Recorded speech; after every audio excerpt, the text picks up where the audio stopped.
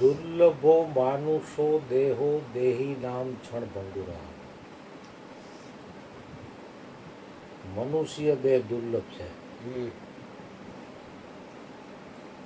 84 લાખ યોનિઓમાંથી મનુષ્ય જન્મ છે ને એ સર્વશ્રેષ્ઠ છે. પરમાત્માનું સર્જન સર્વશ્રેષ્ઠ છે એટલે પાછું ક્ષણભંગુર છે. ક્યારે પડી જશે એ કોઈ જાણતું નથી.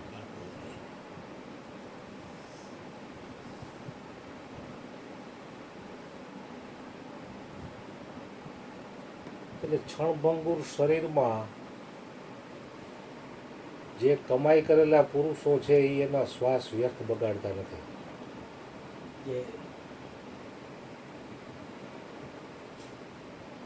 એ શ્વાસને જે હલાવી રહ્યો છે એની યાદીમાં એના શ્વાસ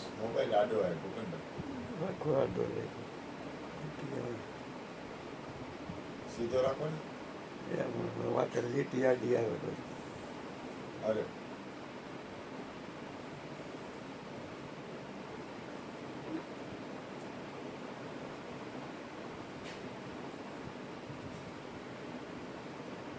કારણ કે જેને આ મનુષ્ય જન્મ આપ્યો છે એની યાદીમાં શ્વાસ ખર્ચવાને એ જ સાર્થક છે. બાકી બધું નિરર્થક છે.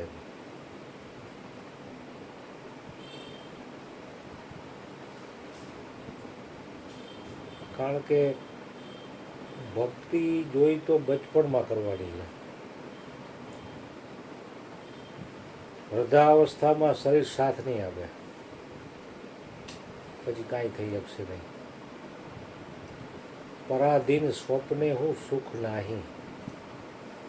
કારણ કે પરાધીન થયા પછી ગમે એટલું ધન હશે પણ કોઈ તમારો હાથ ઝાલશે નહીં. કારણ કે આખો સંસાર સ્વાર્થી છે. માથું કપાઈ જાય છે.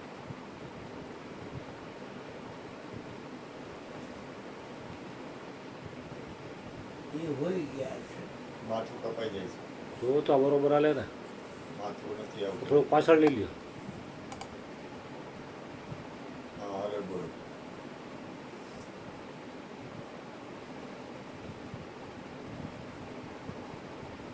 જેવી રીતે આ બે ઓશિકા ને આવવા ગોડલું અને નાનો મોબાઈલ એ માણસ ઓલા મૂકે ચેન ખોલીને બે ડબલા ધોઈ નાખશે.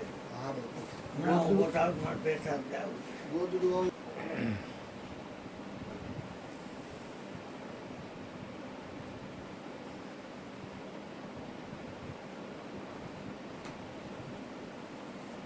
ભજન સમરણ ને ભક્તિ નાનપણમાંથી કરવા જેવી છે. કારણ કે જીવન આખું જે કર્યું છે ને એ છેલ્લા દસકે કામ આવશે.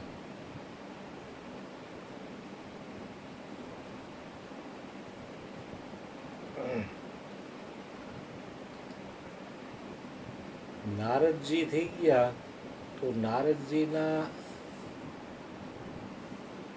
માતાશ્રી રહ્યા ને એ જ્યાં ક્યાંય પણ સાધુ સંતોના સત્સંગ હોય ને ત્યાં સેવા કરતા, દાસી બનીને.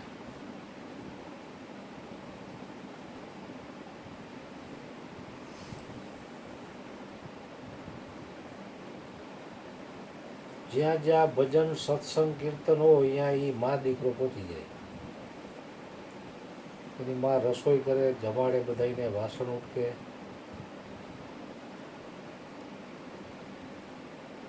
નારદજીની ઉંમર ત્યારે નાની, તો એ બધાને પાણી પાય, આવું બધું કરે. સમય વીતતા વીતતા નારદજી થોડા યુવાન થયા અને એની માતાનું શરીર વૃદ્ધ થયું.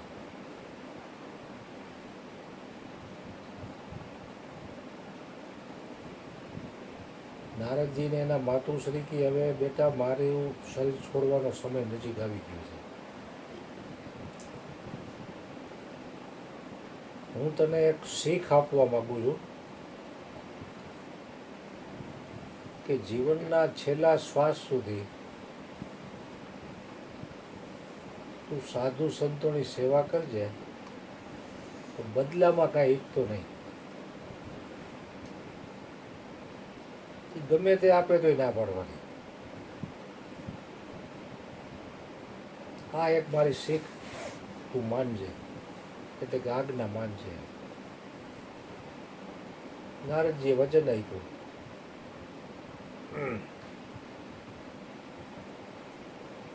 માનું શરીર શાંત થઈ ગયું.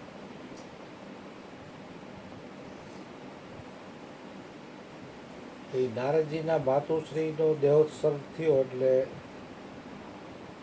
એની બધી સેવા નારદજી ઉપાડી દીધી.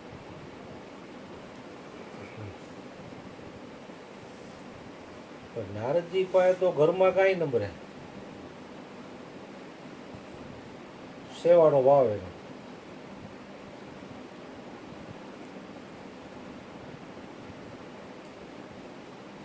કે ભજન સત્સંગ હોય તો અહીંયા એ સેવા કરે ને અહીંયા જે કંઈ પ્રસાદ હોય લઈ લે.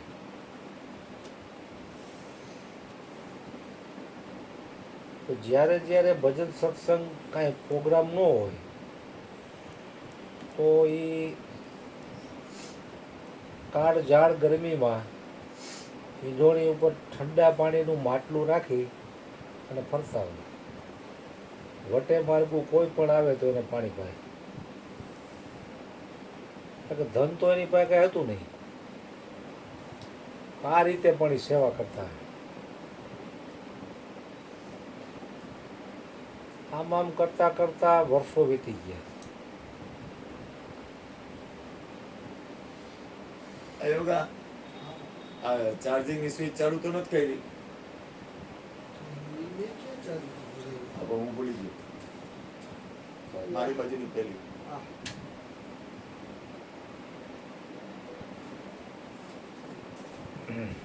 હા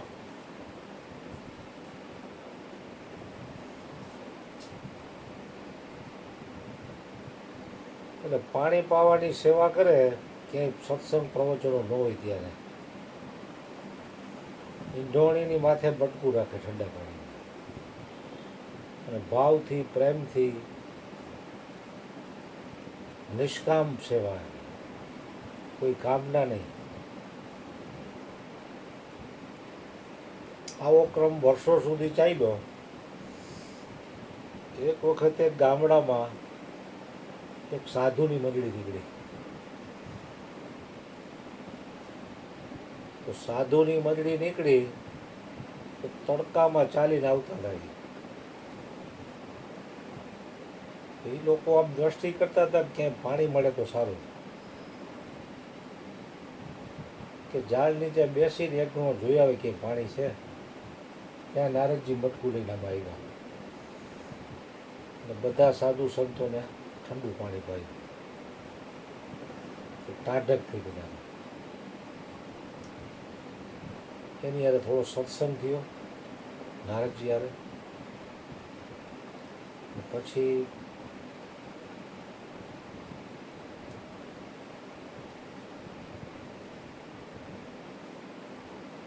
એક સાધુએ જોડીમાંથી સિક્કો કાઢ્યો, દીધો નારદજીને. તો કે નહીં નહીં, હું કાંઈ પૈસા માટે સેવા નથી કરતો. તો કે તારું પાણી અમારે મફત ન પીવાય.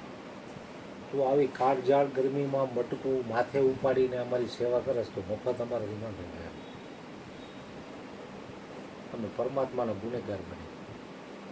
તો કે ના, મારા માતુશ્રીએ મને શીખ આપી છે કે સેવા કરજે પણ કાંઈ ઈચ્છતો નહીં. બધા સાધુએ બહુ આગ્રહ કર્યો પણ નારદજીએ કંઈ લીધું નહીં. એક સાધુ કે હવે આને છે ને આ નાશવંત ધન લેવાની ના પાડે, તને શાશ્વત ધન આપી દે.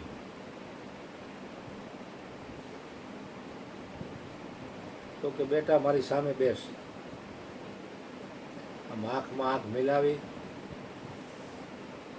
ઊંડા શ્વાસ લઈ પ્રાણાયામ કરાવી અને એ સાધુ એનામાં સંપ્રેક્ષણ શક્તિ દ્વારા જ્ઞાન મૂકી દીધું.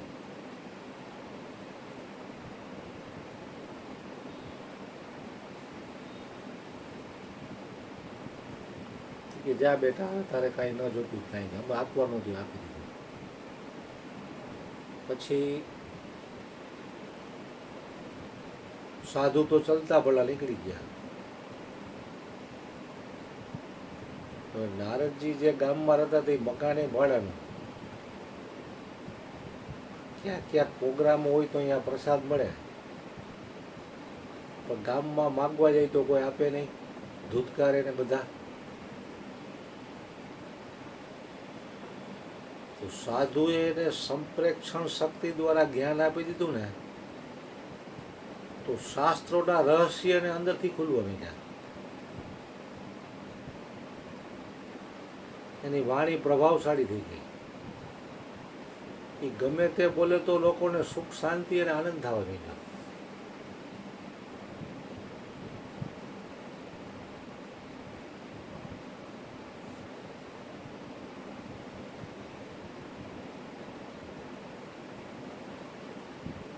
અરીસાને ધોયો તો હું દેખાણો, પણ મને ધોયો ને તો તું દેખાણો. અને પરમાત્મા દેખાવા માંડ્યું બધે. પછી તો નારદજી પોતે સત્સંગ માંડ્યા કરવા, અને લોકો એના સત્સંગનો લાભ લેવા માંડ્યા, અને એને જે કાંઈ આવશ્યક ચીજો હતી એ ગામના લોકો એને પૂરી પાડવા માંડ્યા.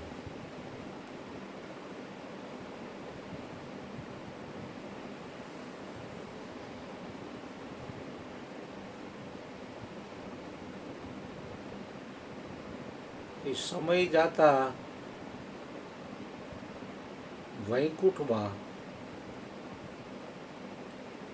ભગવાન શ્રી કૃષ્ણ ઉદાસીન ચહેરે બેઠા હતા. તો નારદજી અહીંયા પહોંચ્યા, નારાયણ નારાયણ નારાયણ નારાયણ કરતા કરતા કે પ્રભુ તમારો ચહેરો શોકમય કેમ દેખાય છે, કઈ ચિંતાગ્રસ્ત હોય એવું લાગે. તો કે નહીં નહીં કાંઈ નથી નારદ. તો કે નહીં પ્રભુ તમે મારાથી કાંઈ છુપાવો.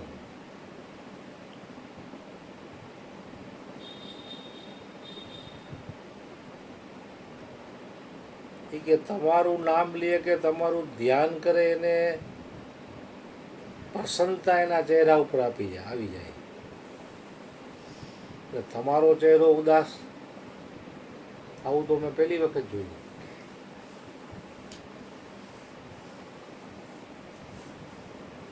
તો કે મારે એક પ્રોબ્લેમ છે, એમાં હું વિચાર કરું છું કે મારે શું કરવું જોઈએ. તો કે શું છે કયો ને. તો કે આ કૌરવો પાંડવોનો ભાગ દેતા નથી. મેં સમાધાનના એટલે કે સંધિના તમામ પ્રયાસો કર્યા. ધૃતરાષ્ટ્ર કે ગાંધારી કે દુર્યોધન શકુની બધા એક થઈ ગયા છે. છેલ્લે મેં કીધું અડધું રાજ્ય ન આપો તો 5 ગામડા આપો તો પણ આપણે સમાધાન કરી નાખીએ. તો કે દુર્યોધને અહીંયા સુધી કહી દીધું કે 100ની અણી જેટલી પણ ભૂમિ હું પાંડવોને આપવા તૈયાર નથી.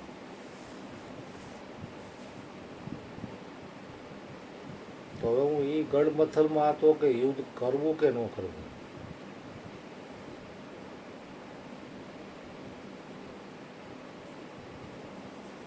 યુદ્ધ કરવું અને પાંડવોના પક્ષમાં રહું તો કૌરવોને અન્યાય થાય કે કૃષ્ણ એના પક્ષમાં ગયા, અને કૌરવોના પક્ષમાં રહું તો પાંડવોને અન્યાય થાય.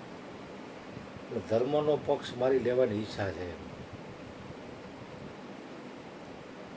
તો કે તમે છે ને મુખથી કોઈ નિર્ણય ના આપો, પણ તમને અંદરથી જે પક્ષમાં રહેવાની ઈચ્છા હોય ને એ પક્ષમાં તમે રહ્યો.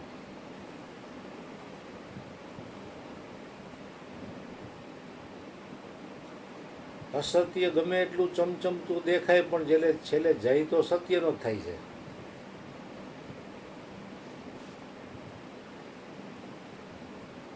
આવો જવાબ આપ્યા તો ભગવાન શ્રી કૃષ્ણ પણ પ્રસન્ન થયા.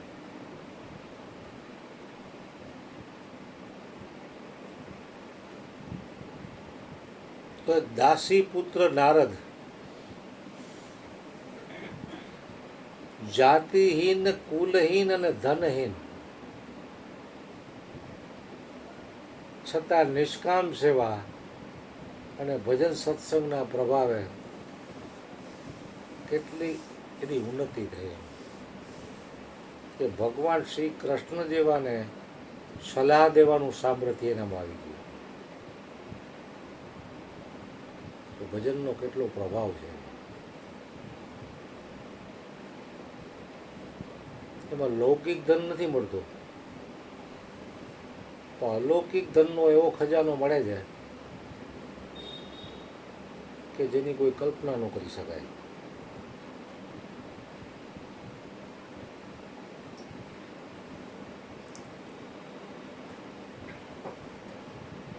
એટલે હરિગુરુ સંતોને એ જ્યારે ખબર પડી ગઈ છે ગુરુના જ્ઞાનથી, ગુરુના ચરણે જવાથી, પછી એ ક્યાંય બીજી વ્યર્થ બાબતોમાં કે લૌકિક ધન સંપત્તિમાં ક્યાંય લોભાતા કે લલચાતા નથી.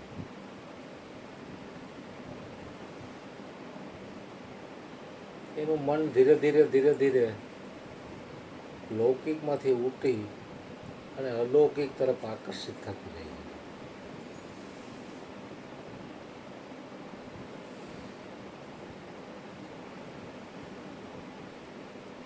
એટલે હરિગુરુ સંતોનો મહિમા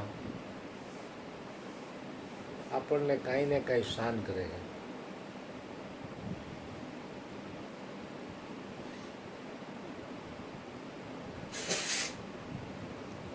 આપણે જ્યાં હોય ત્યાંથી આપણને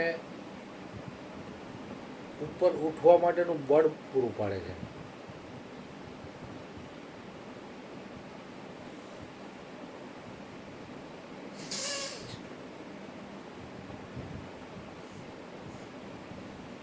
એટલે આવા તો ઘણા સંતો મહાપુરુષોના જીવન ચરિત્રો છે.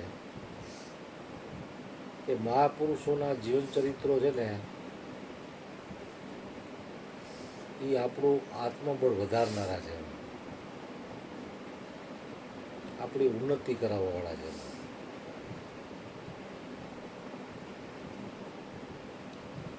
એ સદગુરુ મહારાજશ્રીને આપણે પ્રાર્થના કરીએ